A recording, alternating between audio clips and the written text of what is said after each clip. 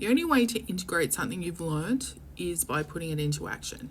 So over the last 6 days, I was talking about how we inherit thoughts, how we inherit beliefs, whether they were something that was forced onto us through maybe our parents or maybe schooling.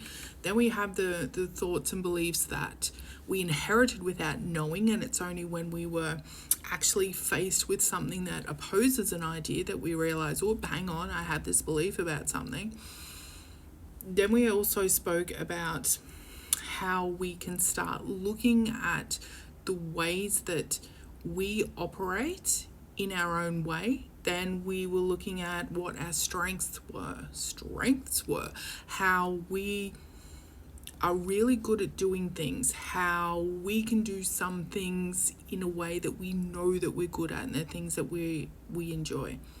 Then there was also where we looked at the patterns that we create. Where are we running these loops? Where are we not completing these loops? Where are we continuing to do things the same way, where we want to try and reach a different outcome, where we try and want a different end result? And when you start looking at those few simple ideas, it can really start to frame a new way of how you form your identity.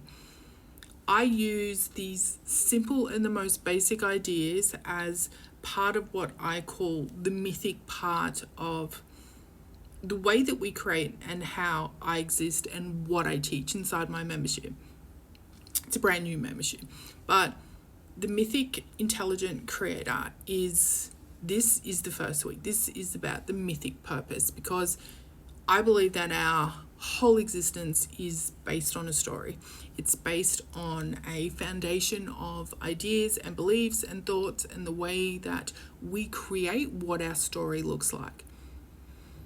So if we want our story to create who we are, then it needs to be based on things that are actually ours. So once we can look at those simple different areas of really the basic structure that makes us up, we can start to form an identity that feels more like ours. And it was from this idea that I went over the top, because this is one of my strengths, is go all the way over the top, and created an actual myth based on mythical gods, and gave it a story which allowed the functions of my 12 foundations to have a voice, which I then gave archetypes, which were like the voices of those foundations, but they were based on my own personal story. So they were, each one of those foundations has a personal experience that I had that shaped the way that that idea or that belief came about. And this is not something that everyone has to do. This is just me being over the top.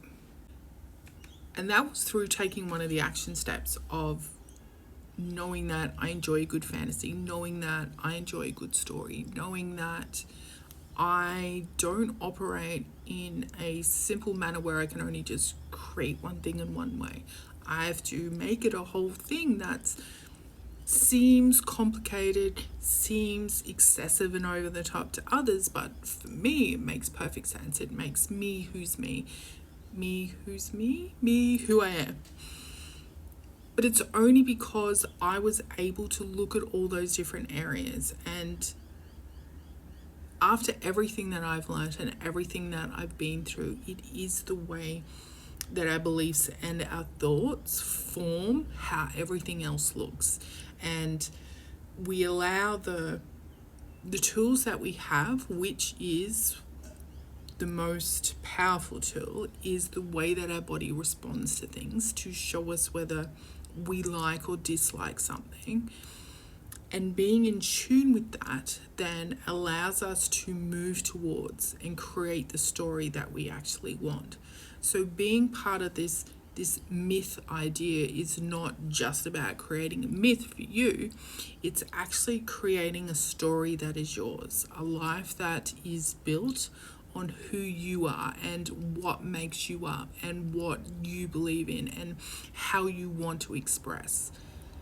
And then the next section we're doing for the next 7 days is is the intelligent part. So this is the way that you operate, the way that you do things. And this eventually in the third week becomes the creation part. And this is where we actually learn how we express and what the things are that we want to create as well. If you want to learn more about this, you just need to follow.